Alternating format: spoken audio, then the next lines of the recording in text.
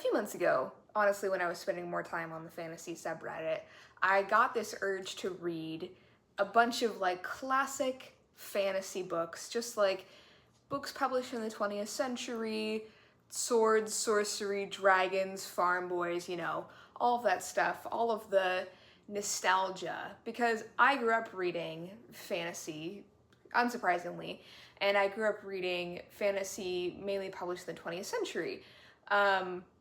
Partly because when I was young, most books that were out were published in the 20th century because that's the century I was born in.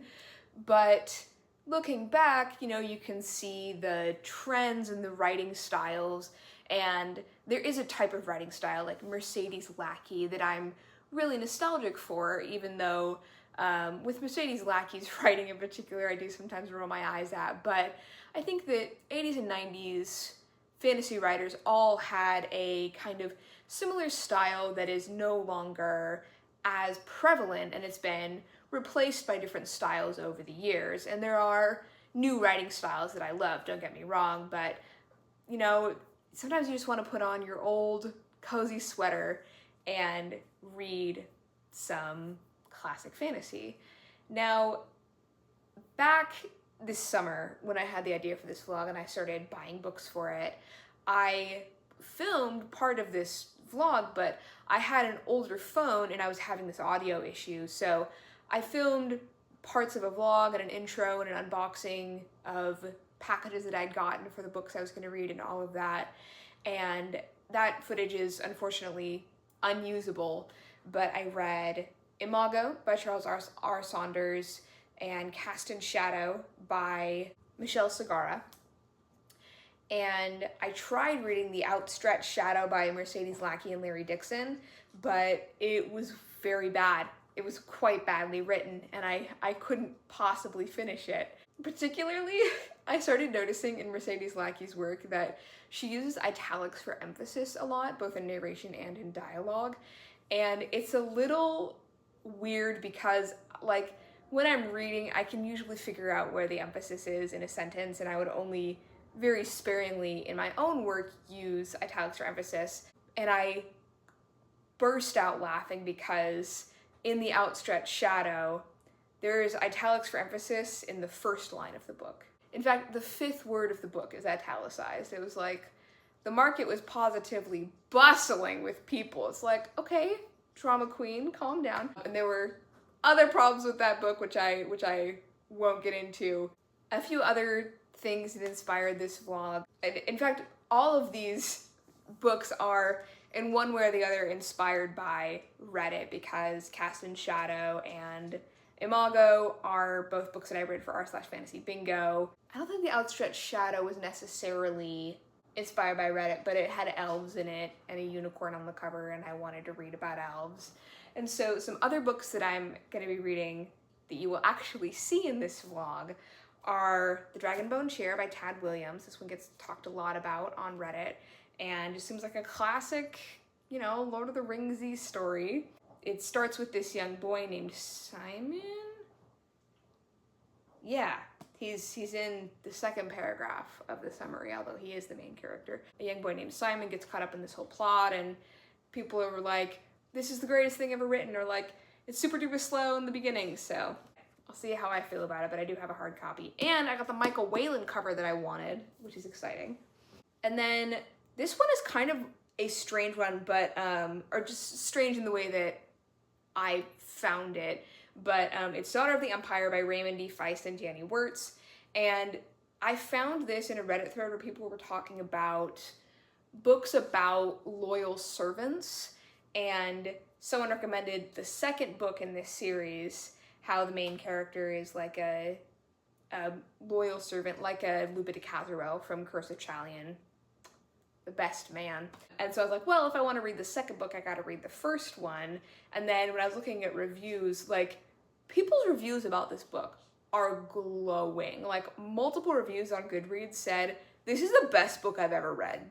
So, high praise. We'll see if it can live up to it. And then I have it on my e-reader, so I'll just put a picture of it up. But the third book that I'm going to be reading for this that I have in fact already started is King of Dragons, the first book in the Crown of Stars series by Kate Elliott. And I'm reading that one because I read her work, The Witch Roads, earlier this year and really liked it and wanted to read more by her. So started with a series that seemed good to get into. I was going to say unintimidating, but there are 7 books and they're all over 600 pages, so not the least intimidating thing ever. I have this long-standing interest in very specifically 20th century sci-fi and fantasy books written by women, and that's inspired by this series of articles on Tor.com, now known as Reactor Magazine, which I'll link to down below. A series of articles by, I can never get his name right, it's either James Davis Nicole or James Nicole Davis, but he had this blog series that I think he was going alphabetically by author name, and I think he only got through the C's or something like that, and he hasn't updated it, but it was this blog series of 20th century sci-fi fantasy novels written by women, and he just kind of went through, alphabetically of like every series or book he could possibly find. And I think that the publishing landscape at the time was very different, but also people have said in some ways better than it is today. I think certainly the critique of books not being edited nowadays is somewhat valid, kind of depending on the author, and books were purportedly more rigorously edited back in the day. I still think that there are lots of formatting errors and grammatical errors and punctuation errors in books published back then, but I think that maybe more care was given to developmental editors. Probably big names like, your Stephen Kings could turn in a book and have the editor give it one look over and hit publish, not hit publish because this is before computers, send it to print. And there is kind of this idea that the publishing scene and the sci-fi fantasy scene were more hostile to women authors, and I think that certainly for queer authors and women of color, that is the case. I mean, it's really hard to find 20th century genre fiction that isn't by Octavia Butler or Nalo Hopkinson. But to say that women were getting published or the genre was a man's world, I think erases a lot of really great female authors of the time. Ursula Le Guin, Octavia Butler, Nicola Griffith's Ammonite, one of my favorite sci-fi novels that I've read in recent years, Mercedes Lackey, Anne McCaffrey, Anne Bishop. Oh, Robin Hobb. I haven't read anything by her, but people swear by her. Anyway, lots of women being really successful and influential on the genre in the 20th century. So it's a long walk to be an intro for this vlog where I'm going to be reading these 3 books: Daughter of the Empire, The Dragonbone Chair. I always want to call it The Dragonbone Throne. I think it sounds better, but anyway, it's The Dragonbone Chair and King's Dragon. Since I've already started King's Dragon, I'm going to talk about that one first. So we're following 4 characters, but primarily these 2 characters. One is Liath, who is Black, and then one is Elaine, who is from a pseudo France, I want to say. Crown of Stars is set in this world that is very similar to our own, but it's early medieval. So it's not just generic medieval. It is specifically early medieval, and each real world country, primarily in Europe and then the Middle East, have just slightly different names and slightly different history and geography. But there's a really subtle difference, which is that it's a matriarchy, and it's close enough to our own world, and it's not all the men are oppressed and stay home and do the childcare and the women, go off to war, but all of the prominent clergy people are women. Women own property and men don't. Girls inherit from their mother. men marry into women's families. There's lots of other world building going on. I'm only like 13% of the way through this like 670 page book, so I haven't uncovered all of that yet. But something that I really liked about The Witch Roads was not only the world building and the depth and creativity, but how organically it was introduced over the course of the book, where there weren't a lot of info dumps and a lot of things were brought up naturally. So I think that there have been a few as you know Bob types of moments in King's Dragon so far, but a lot of other things you're picking up through context. There's no like moment where Elaine or Alan sits down and goes like, well, in this world, it's a matriarchy, and so I feel down as a man because I can't get blah blah blah.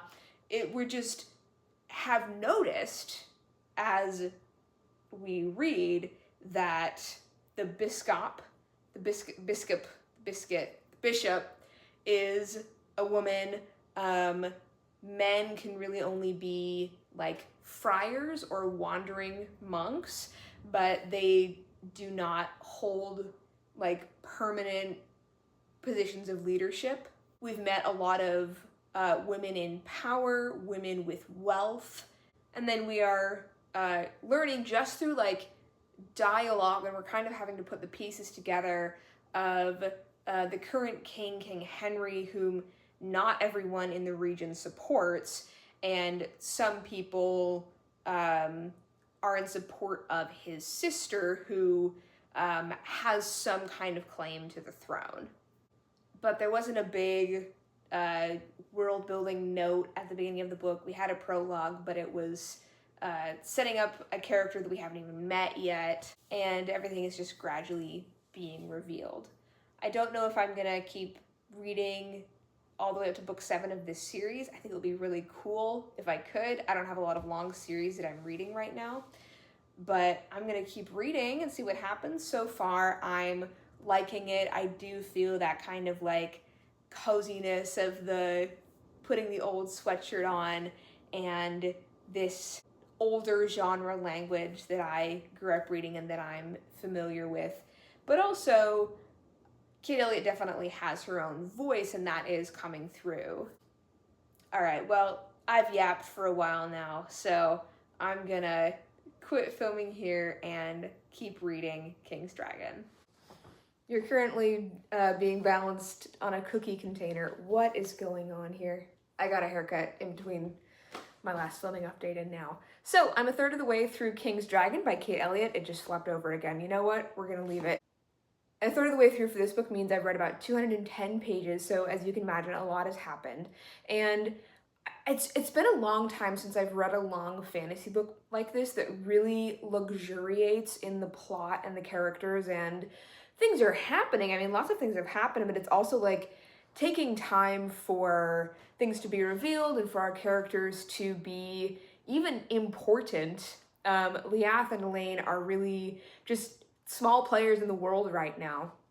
So Leath is really going through it. Her father died, and they kind of like recouped all his assets and were unable to pay his debts with the things that he had, and so Leath gets sold into slavery, and she is purchased by this guy who sucks and we hate him. His name is Frater Hugh, and he was trying to like ingratiate himself with her dad, and Leath has some kind of like magical sensitivity or ability that she hasn't really explored yet, and her father left her this book of like secret magical knowledge that she's managed to hide from Frater Hugh because he was clearly looking for it when her father passed.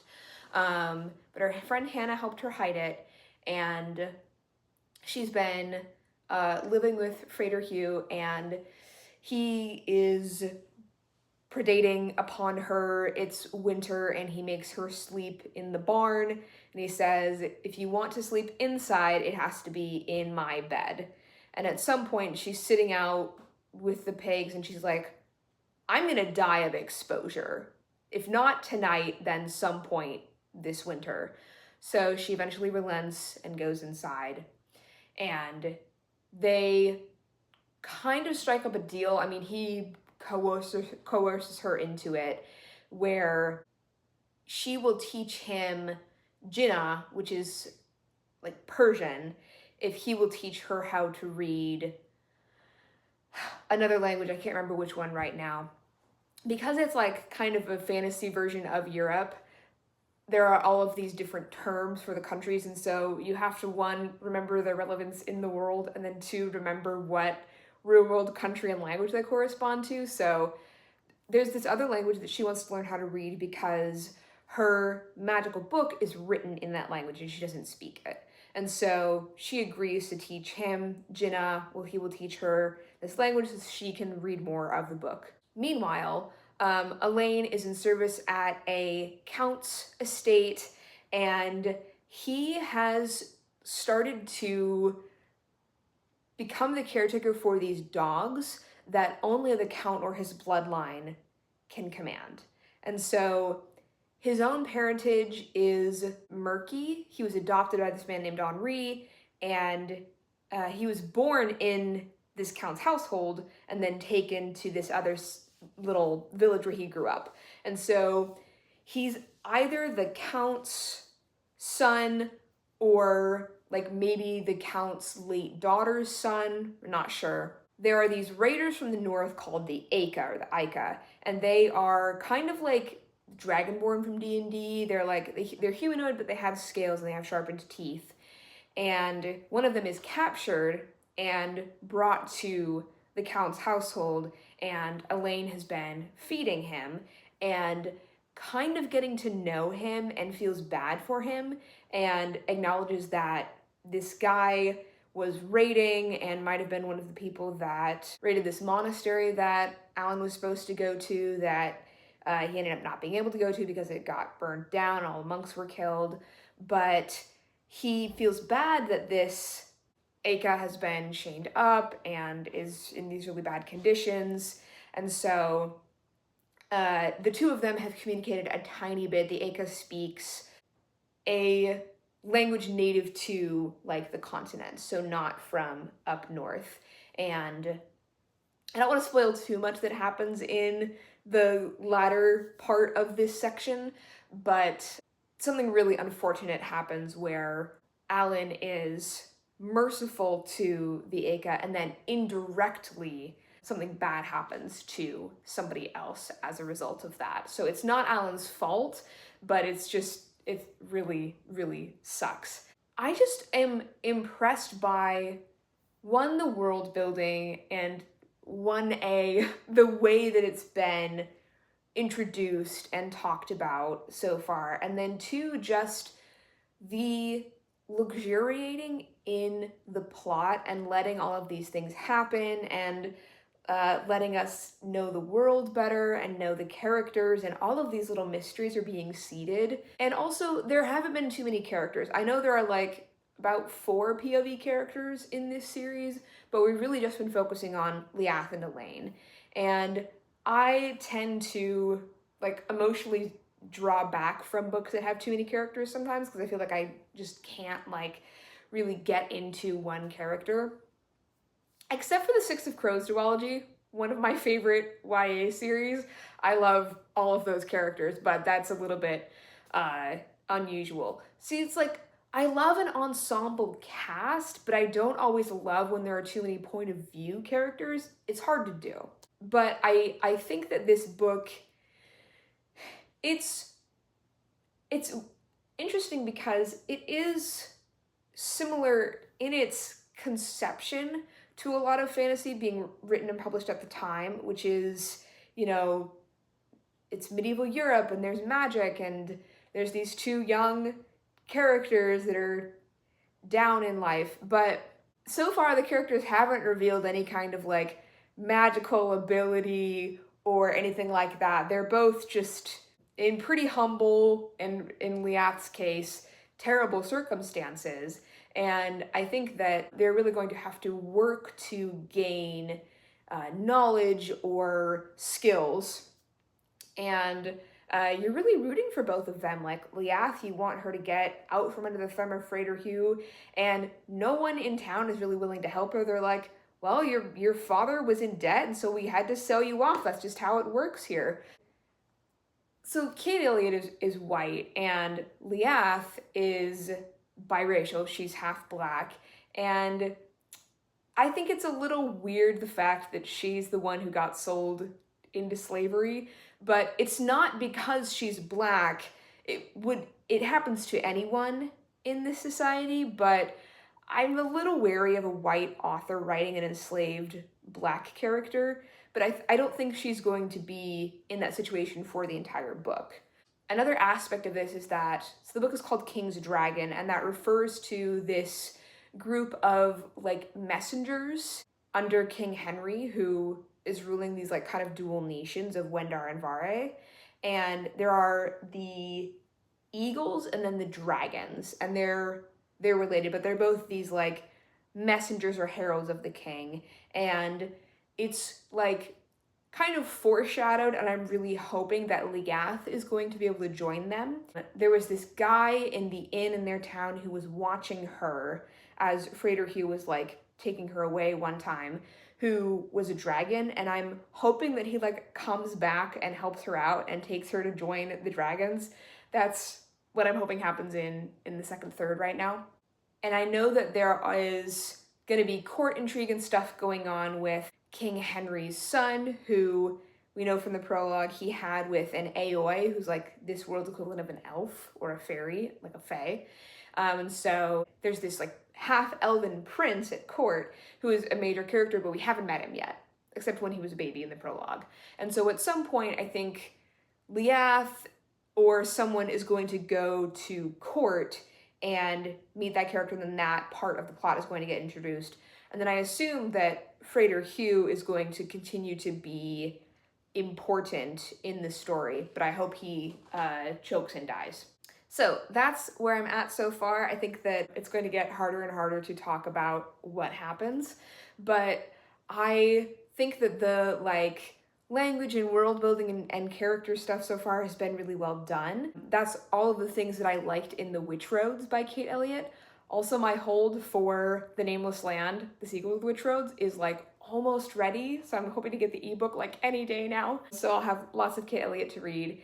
And it's hard to say a third of the way through the first book, but I am like cautiously interested in continuing the rest of the Crown of Stars series, which is a 7-book series. So that's where I'm at. Right, this is going to be a super quick and low-key update for King's Dragon because I'm pretty tired. I had a glass of wine, I made dinner, and next thing I knew, like 2 hours had gone by and I'd been on my feet the whole time.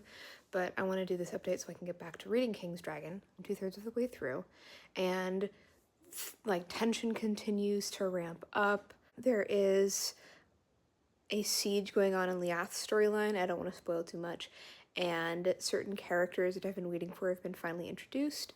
And then kind of on the opposite side of a conflict is Elaine's storyline. And both of them continue to be just witnesses for broader plots going on that they themselves are not super involved in yet. They are embroiled in them, but they are witnessing all these larger players have conversations and conflicts and all of these battles that they themselves are not participating in. And I appreciate that. I appreciate that Elliot knows that she has all of this time and all of this build-up that she can afford to do. And so the characters are just still small players, even 2/3 of the way through this first book. I was having an issue in the first third of the book, which I forgot to mention in my first update, where the language was a little bit difficult for me to just like sink into, and the sentence structure was a little bit clunky or run on, but I guess I've gotten used to the voice now, and I think that it is a little bit easier for me to follow, and I can just like forget that I'm reading and sink into the plot and the characters. There's a character that's been introduced that I didn't expect, who is a nun and a scholar, and I really like her. She actually reminds me of Ellen from The Witch Road, just kind of her voice and her wisdom and easygoingness and kind of bemusement at the energy of the young people around her. This plot is like really intricate and complicated. There are a lot of players. There are these, aside from King Henry and his sister, Lady Sabella, who is challenging him for the throne, there are 10 princes, which includes 4 margraves, which are princes of borderlands. And prince and margrave is gender neutral here, so there are female princes and margraves. And there's certain people where it's like, oh wait, you're her son, that kind of thing. So people's importance is being introduced. It's surprisingly easy to follow so far, maybe because it is split up into these 2 perspectives on either side of the conflict, kind of unwittingly on either side of the conflict. And I don't feel like I'm rooting for Henry or Sabella, and there are characters working for Sabella that I am loving to hate. But all of this is bound up in like succession laws and like family disputes, basically, and legal disputes. And I don't feel like one person has like a moral claim over the other. I just want all of the characters to be okay and get out of it alive and unharmed. Whew, I'm losing steam. I'm going to stop here and I will update you when I'm done with the book. I finished King's Dragon by Kate Elliott last night, and it was definitely a very dramatic, action-packed last third, and there were a lot of big character moments and revelations, and the main characters finally, not even like met necessarily, but were in the same room at 94%. If you hear more dog noises than usual, my roommate's partner and their dog are over, so there's lots of tippy taps. I don't want to spoil too much, but Leath is still in one place and Alan is in another, and both of their stories really come to an exciting climax where it feels like it could be a standalone. There are lots of things left open, the epilogue especially kind of like ends on a cliffhanger and leads directly into the next book, Prince of Dogs, but the central plot of this book wraps up in a really satisfying way.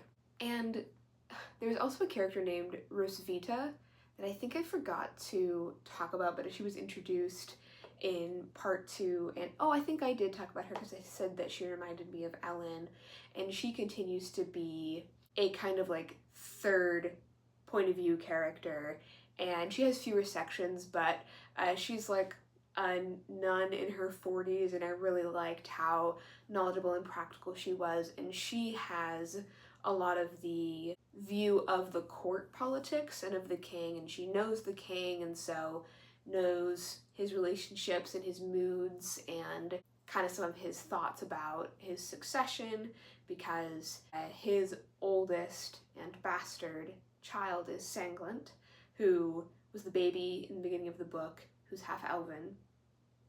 And then he has 3 legitimate children who are younger, but he wants Sanglant to inherit the throne. And so Rosvita is seeing all of that and also seeing his reaction to his sister rebelling and a few other threads that are being seeded for future books. And I really hope that she continues to be a point of view character because I think she was my favorite character in the book. This book is like, it manages to be very sensible, but there is like an insta-love thing where I won't spoil who, but these 2 characters like just see each other across a room and then have a few other interactions, and then the one character like falls to the ground and is like, I will never love again, and then their mentor says, well, don't talk like that. Get up. But I know from reading the blurbs of future books, which I shouldn't have done, but I was curious about whether or not I wanted to continue the series, that those 2 characters end up together, so I hope that there's more development of their relationship and not this just one connection that they have. All in all, I think that the language got better as the book went on, or at least I was able to adjust to the style.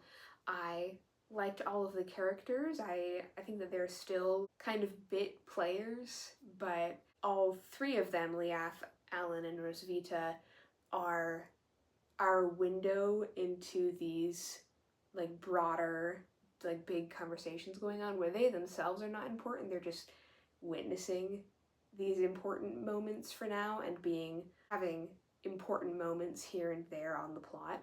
But for some reason, like I think in other books with other writers that would have bothered me, but because I know this is the beginning of an epic fantasy series, and the fact that these are teenagers and everyone around them is an adult who have lots of stake and opinions in the world, it makes perfect sense for them to be not that important yet. And I think all of the plotting was very well done and like intelligent, and it was just overall like a very mature and well thought out world. And like the last third of this really sealed the deal for me, and I think that I do want to continue with the series and at least, see how far I get and if I continue to like it. My hold on the Nameless Land did come in, so I'm going to start reading that soon. I'm reading a different fantasy right now, so I'm letting myself read more fantasy. It's the end of the year. It's holiday times, and I'm giving myself the gift of returning to my favorite genre. So that's King's Dragon by Kate Elliott. I think that aside from the insta-love thing, it avoided being silly in a way that like 80s and 90s fantasy can be sometimes, where there's parts where you roll your eyes, but then the rest of it, you enjoy. And all the characters in this are very religious. Like, it's not Christianity, but it's essentially Christianity. And the hierarchy of the church is extremely important to the characters and important to the plot. And there are characters who are like from families that basically went and like colonized an area and tried to convert, the barbaric heathens. And I'm hoping that those ideas get challenged as the story goes on, and the ideas of like colonialism and missionaries get challenged as the series goes on, and we meet characters who are like outside of or grew up outside of this religion, and that we see other religions and ideas being brought into the world. I don't know if I already rated this one, but I think I'm going to just rate it a solid 4. It definitely had character moments that I liked, but I think overall I liked the plot more than the characters, and usually I tend to rate those books lower, although I do enjoy them.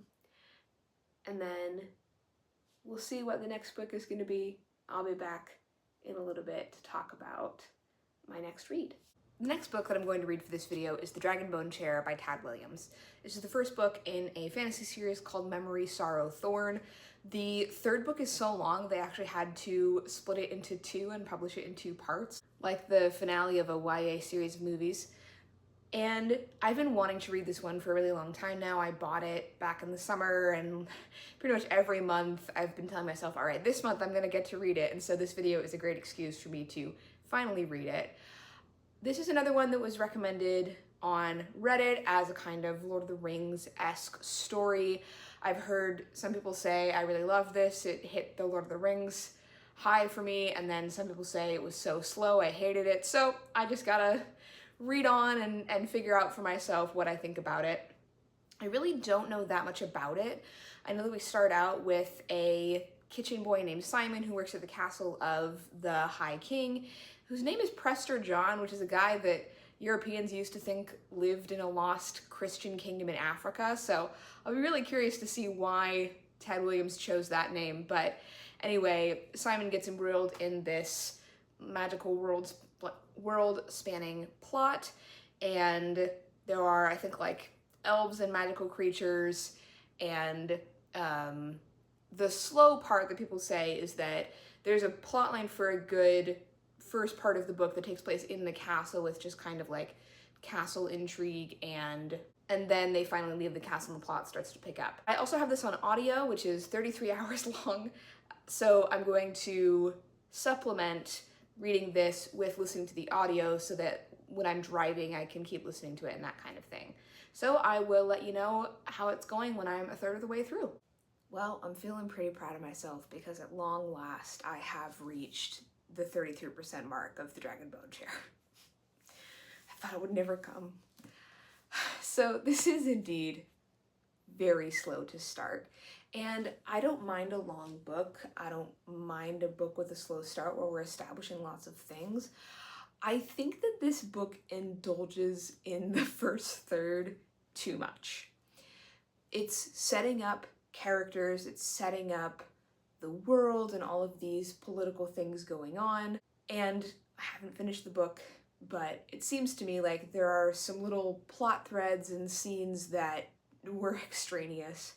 We have a very good idea who Simon is and who some of the other players in the book are, and I feel like that could have been accomplished over less than 200 pages, which is when kind of the inciting incident is in this book. So, as I said in my introduction for this book, we are following Simon, who lives in this castle called Hayholt, which is the seat of the High King of Ostenard, Prester John. Still no explanation of why he's called that, but, and it's interesting that I read King's Dragon for the same vlog, there are a lot of parallels between that world and this one where it's a early European history inspired fantasy world. There's kind of this recent conversion of the land to a monotheism, and I think it's explored way better in King's Dragon, and the clergy is way better established and built out, and we understand how that works and how important they are in the world in a way that is kind of half-assed here. But it is interesting that these books were published so close together, are both, as the author said for both of them, inspired by Tolkien, and I wonder how much they're in conversation with each other as well. Alongside Simon's point of view, we do get a few, not even whole chapters, just sections of chapters that are from the points of view of Duke Isgrimnur, who is this older duke from the Rummersgard up north. It's like kind of based on Nordic countries, and he's a friend of Prester John, and I don't think it's much of a spoiler. It happens on like page 60 of this nearly 800-page book. Prester John was about 100 and he passes away, leaving his eldest son Elias as the king.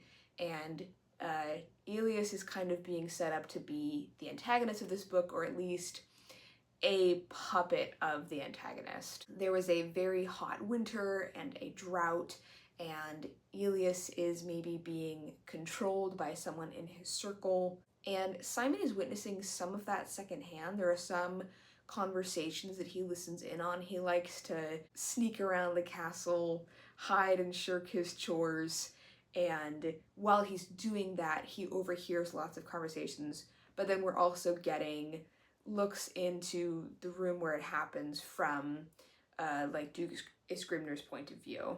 Early on in this book, Simon is put into kind of the service of Dr. Morganis, or Morganese, I think, who is kind of like, I think, the role that like a Dr. Alchemist had at Queen Elizabeth's court, where he is a medical doctor but can also do a little bit of magic. Simon really wants to learn magic. He's an excitable 15-year-old boy. He wants to do magic, he wants to wield a sword, he wants to have grand adventures like he hears in song. And of course, we know, and the adults around him know, that these adventures are not always as glamorous as the songs make them out to be. As I mentioned, on page 200, around thereabouts, there is this inciting incident, and things definitely pick up after that, and I actually had trouble putting the book down to come film this update because I was finally really getting into it. We're traveling, things are changing, Simon is growing, he's going through some stuff, and it's gotten pretty exciting, so I'm very glad that it's picked up. And I'll be curious to see what things were established in part 1, because we are in part 2 now, that come to fruition later on in this book.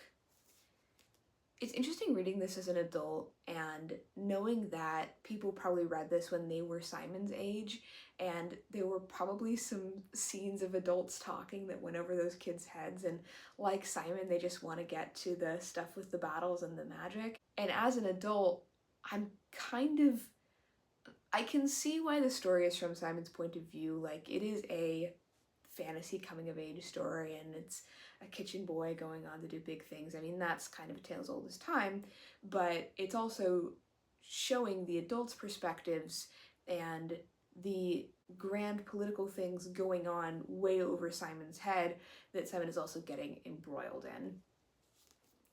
I don't necessarily want to fault the book for this, because I think this is probably one of those books that establishes certain cliches, so then when you go and read back on it, you're like, well, I've seen this 100 times before, but this is kind of the original one.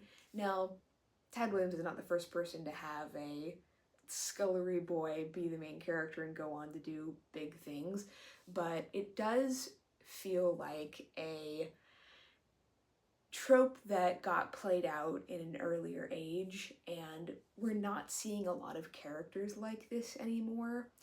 It is always a deliberate choice to have a child character as the main character in an adult book. Like, this isn't YA, it's adult, but we are deliberately seeing things from Simon's point of view, and sometimes I just wish that it was entirely from an adult's perspective, and that we were getting all of these other insights into what's going on in the world. But because it's told from Simon's perspective, we have this information held back from us so that it's getting revealed to us with the plot and the world building as it's being revealed to Simon. He just lives in a secluded castle. He doesn't know very much about the world except for what he's heard. It also, oddly, while they're in the castle, is reminding me a little bit of Redwall, which I loved as a kid. I owned like the entire series, and my parents would try and bribe me to read other books that weren't Redwall. But that plot of like tons of people living in a big kind of mysterious building together is definitely reminiscent of this book. We saw kind of in the later part of this section that there are all of these hidden caves and tunnels and warrens, and it's built on the ruins of a previous castle and probably previous building before that. Kind of like in every Redwall book, there's something new to be discovered, even if people have been living there for generations upon generations, and just kind of the like communal living in such a big space reminded me of Redwall. One thing that I wanted to mention, since I did say I was going to listen to the audiobook at the same time as this, we just got introduced to a character that I love. I think he's very cool, and it's nice for Simon to have kind of another person that's traveling with him. But in the audio, the narrator is doing, I'm not 100% sure that he's doing this on purpose, but to me it sounds like a white guy trying to do a racist, like, Japanese accent. So I don't know that I can keep listening to the audio, because that is just hard to listen to, honestly. It's hard to get past. So I might just be reading this from here on out, we'll see. I definitely can see the rest of this book, or at least the next third, going faster than the first third did, now that we are out of the castle and the plot has really started to pick up and we're seeing more of the world. But I'll let you know when I hit the 2/3 mark, so page 510, and I'll let you know what my thoughts are.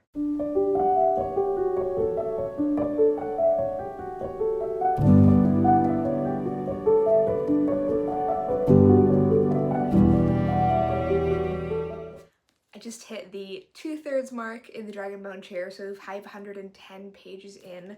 I still have about 240 pages to go, I think, and I'm enjoying this third so much more than the first third, or at least up until the inciting incident in the first third, and then there's some exciting things that happen after that. But up to like 200 pages in, I was considering DNFing, but if the whole book had been like it is in here, this would get a very high rating. Right now, I'm not so sure, but it's definitely scratching a Lord of the Rings high fantasy itch for me.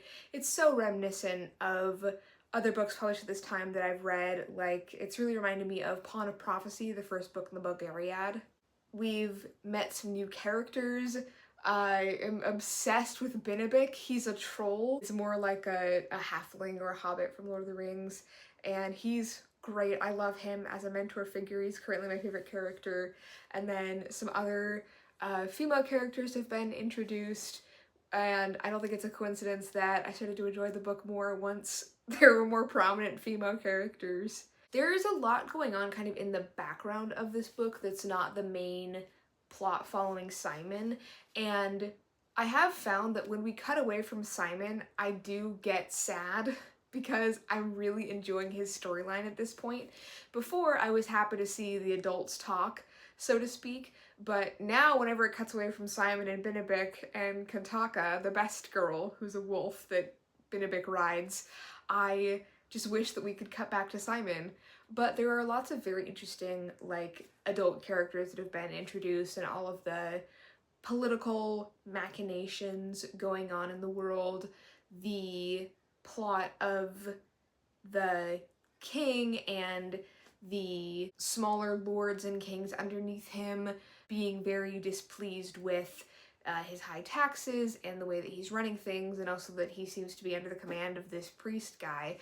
And so there seem to be some rumblings of war or battles. I can definitely see this far into the book why people recommend this as being like Lord of the Rings. Not only the language and the fact that it's, you know, kind of a medieval fantasy as Lord of the Rings is, but without being, I feel like, too much of a ripoff, it does have a lot of elements of Lord of the Rings, like the mysterious woods that they travel through and ancient elven ruins, or city as they're called here. And those are elements that I really love from Lord of the Rings. They're really things that I look for in other fantasy. And having some kind of halfling always helps, for sure. It's funny, I was thinking as I was reading this last night that the way that the characters talk and think, because we get a lot of thoughts in italics, is reminiscent of Redwall, and it's, I think, a weak spot for this book where it's a little, I guess, like childish or immature, and I just want like more nuance out of it.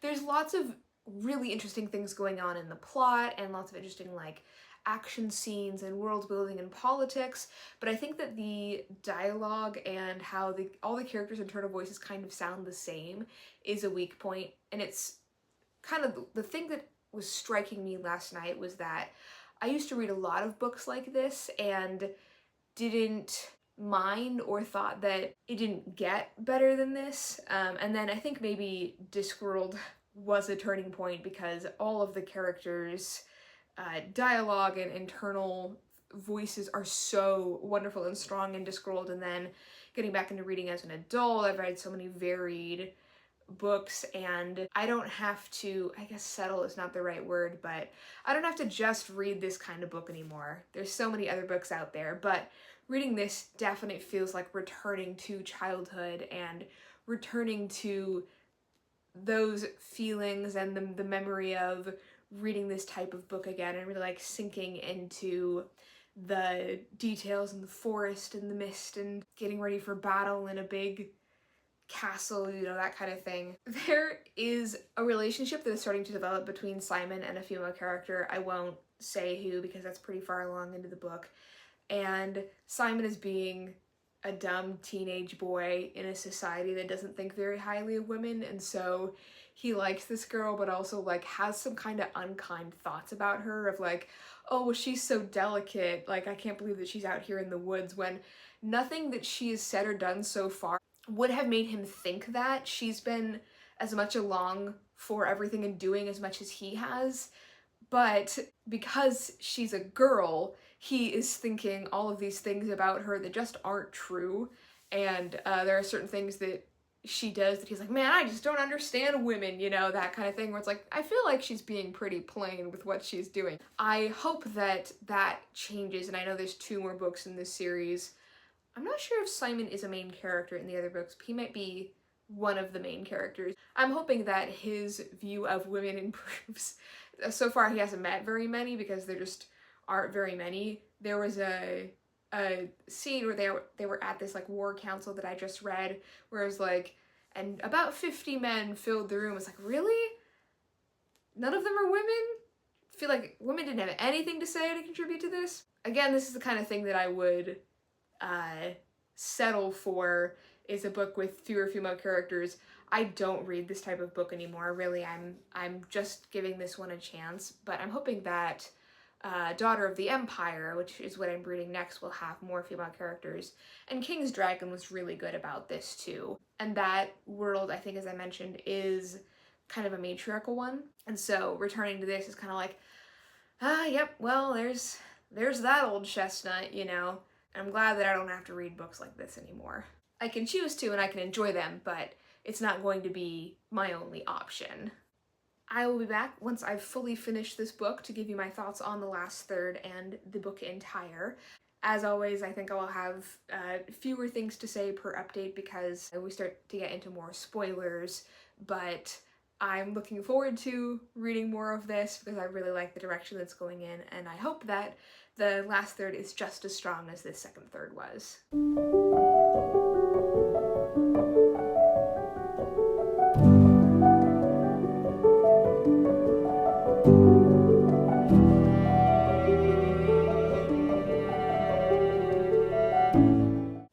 I'm at my roommate's parents' house for the weekend in my bedroom here, which is also the pole dancing room. At long last, through many labors and trials, it's over, it's done. I have finally finished one of the longest books I've ever read, and my main complaint, too long, entirely too long, didn't need to be this long. Absolutely not. Could have said it in so many fewer pages. And the stuff that I liked from part 2, or from the second third, were not really here. Like, there were just, I guess, a handful of scenes that I was really enjoying in that section. But then they get to Naglamund, this fortress, and some of the characters stay there and are defending the fortress, and there's all of these councils about what they're gonna do, and it's all very Council of Elrond. And then Simon and Benedict are set out on this great quest. It's so many elements and plot points from Lord of the Rings kind of all jumbled out of order, but people say that Lord of the Rings is like so hard to read and so long, and like compared to this, God, I wish that I've been reading The Fellowship of the Ring, because that conveys so much in fewer words. And I think that there was just too much focus on other characters. I understand why they were included, and it's not necessarily that they were taking a long time to say few things. I think that there are, 766 pages worth of events happening here, but I wish that it had been compressed or told over the course of several books, that I didn't have to labor all the way through this one. And by the last 200 pages or so, I just didn't care anymore, and I was just slogging through to get to the end. Maybe I should have stopped reading, but when you're 500 pages into like a 700-page book, you really want to, it's sunk cost fallacy. You really want to keep reading and say you finished it and see what happens at the end. But I don't enjoy long books. I think I would rather have a fewer number of events happen over a shorter period of time. And I like books that take place over the course of just a few days. And I also have found myself liking books that take place over the course of decades. So I think there were just too many characters, too many things going on. I wanted the female characters to be more prominent. There was Miriamel, the princess is in it, and then there's another princess named Megwin, who is like Eowyn, she just is, who's like, she's described as being very tall, and she gets some POV sections, but I would have loved if the book had spent more time on her and less time on other things, or maybe just cutting her out entirely. Even though I liked her sections, it just added to the length of the book. So, thoughts on this book kind of overall. I think I'm gonna give it maybe a 3. In part 2, I was thinking, oh, this could get like a 3.75 or a 4, because I was really liking those and I was finding it difficult to put the book down. But after slogging through the last 200 pages, it just kept going. I think it's gonna be a 3, and I won't continue reading the series. I'm sure there are so many more things that are gonna happen, and it's gonna take many more hundreds of pages to get to the conclusion. I mean, To Green Angel Tower, the 3rd book, is 1,000 pages, and I'm just not invested in these characters enough to read a book that long. So that's that. I can say that I've read it now and move on to Daughter of the Empire, which is, thank God, so much shorter. So I'll get back to you with my thoughts about that once I'm a third of the way through. Thank goodness this book is good. It's going really quickly. It's really refreshing. I read 18 pages past the point that I was going to stop because I was having so much fun. And this world is not fun. It's extremely brutal. There is a rigidly enforced class and caste system. The main character owns slaves, condemns people to death, and I'm still enjoying it because it has that Goblin Emperor quality of a young ruler trying to just tap dance on quicksand and keep their head above water. So Mara, the main character, she was about to be sworn into service to a temple, and at literally like the 11th hour, the guards of her house show up to the temple and say, your father and brother are dead, and you are now the ruling lady of the house. Her father and brother were sent into this battle that they were supposed to lose by their generation's old enemies, the Minwabi house, and because honor is a very important thing, they couldn't refuse these orders, and so went off into battle knowing that they were going to die, leaving behind only a few dozen of their forces, which are the ones that come to collect Mara. And we just see Mara over the next few weeks so far in this book adjusting to being the ruling lady and really coming into her own and making all of these decisions to preserve the Akoma house, her house, and try and just get ahead and get revenge on the Minnawabi. It is a clearly like Eastern Asian inspired world. There are some Japanese inspired names, but it's not just one-to-one feudal Japan. Also, they just finished negotiating with these insect people, and so Mara got a new hive with a new queen to come and stay on her land, and they like mine gems and produce silk that they'll then trade with the Akomas, and so that's a huge coup for them. And Mara is really good at thinking outside the box and kind of bending tradition and doing things that are unexpected of her as a young woman of 17. It's her wedding day when I stopped, so she's made a marriage alliance with this other house and decided to marry the third son, whom she's hoping that she can control, but isn't sure. It's a bit of a gamble. And she's not a good person. Like, I sympathize with her position, but she's upholding this very brutal system. And usually I don't like unlikable characters, but I've found that when they're competent, it makes them more likable to me. Because, like, an unlikable character that's bad at their job, why am I even reading? But I do love competence. So we'll see where this is going. I doubt that I'll read the next few books in this series. They're twice as long, for one thing, and we know how I feel about long books, as stated earlier in this video. But I am quite enjoying this and just getting a kick out of it. It's going quickly, and I'm very grateful for that. Today's Tuesday. This video is supposed to go up on Saturday, so really hoping that the next third and even 2/3 go just as quickly as this. Alright, a little over 2/3 of the way through Dawn of the Empire, I once again read ahead when I should have stopped to film an update.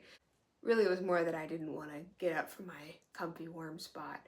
We're going through a cold snap, so it was very cold in our apartment this morning, and we had a nice fire tonight and have been all bundled up. And it's been the perfect time to read and enjoy this, although this does take place in a very hot country. And this is just clipping along and has so many qualities in books that I've enjoyed in political fantasy, like The Goblin Emperor, but mainly the Queen's Thief series by Megan Whalen Turner, where the point of view character doesn't quite reveal their plans to the audience, and so we get to enjoy the reveal along with the people around her. She's not revealing her plans to her close retainers just in case things don't go well. But things are going very well for her. She is continuing to be a shrewd politician and has engineered things out so that they come to fruition years down the line. She continues to be pretty ruthless, although does react realistically to things like an 18-year-old would kind of after the fact. After a big thing, a big emotional beat happens, and she's in private, she can really show how upset she is. But she continues to be a very ruthless person. I'm not exactly rooting for her, but it is fun to watch her do her thing.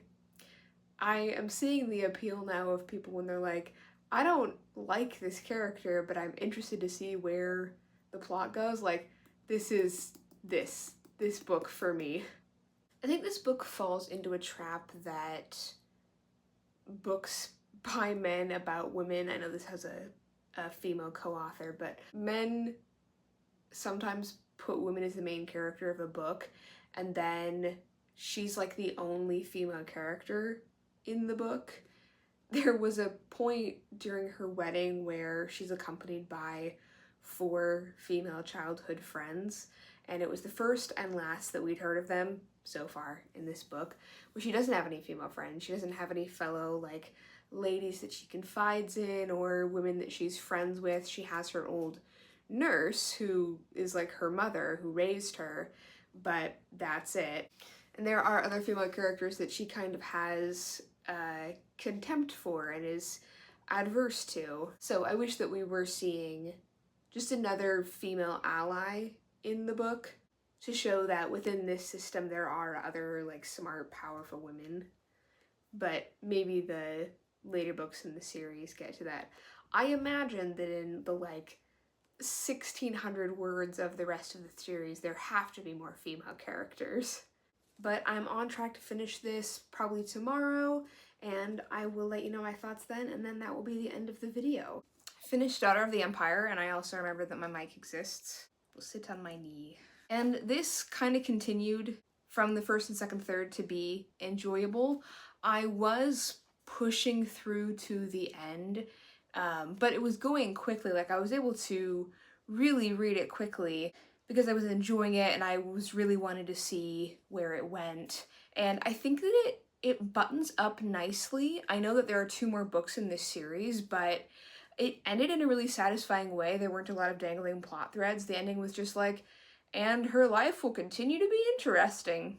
And so I don't feel like I'm missing out by not reading other books in the series. I'm gonna rate it 3.75 stars, so in this video, I've got King's Dragon, and then this book, and then the Dragonbone Chair, and that's my ranking for them. And honestly, I'm just kind of tired.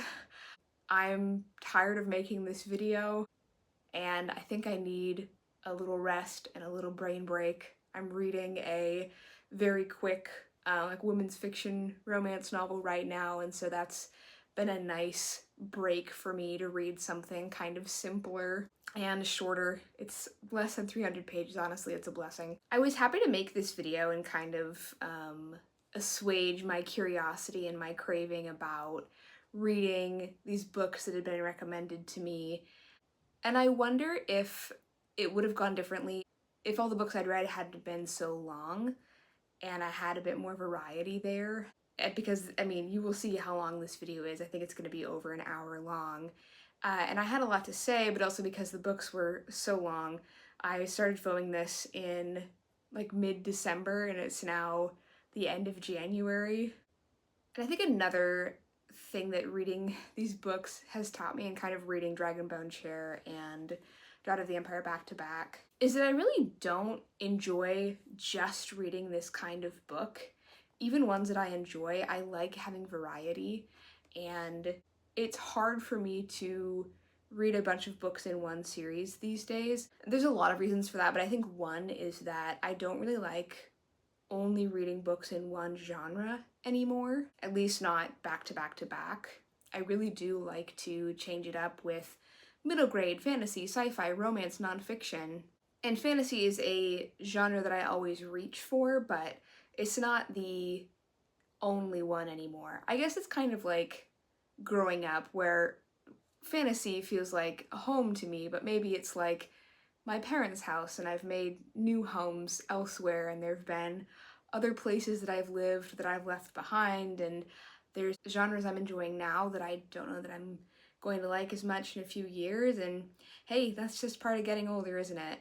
Ultimately, yes, this was solid, but I'm very glad to be done reading this book and done making this video.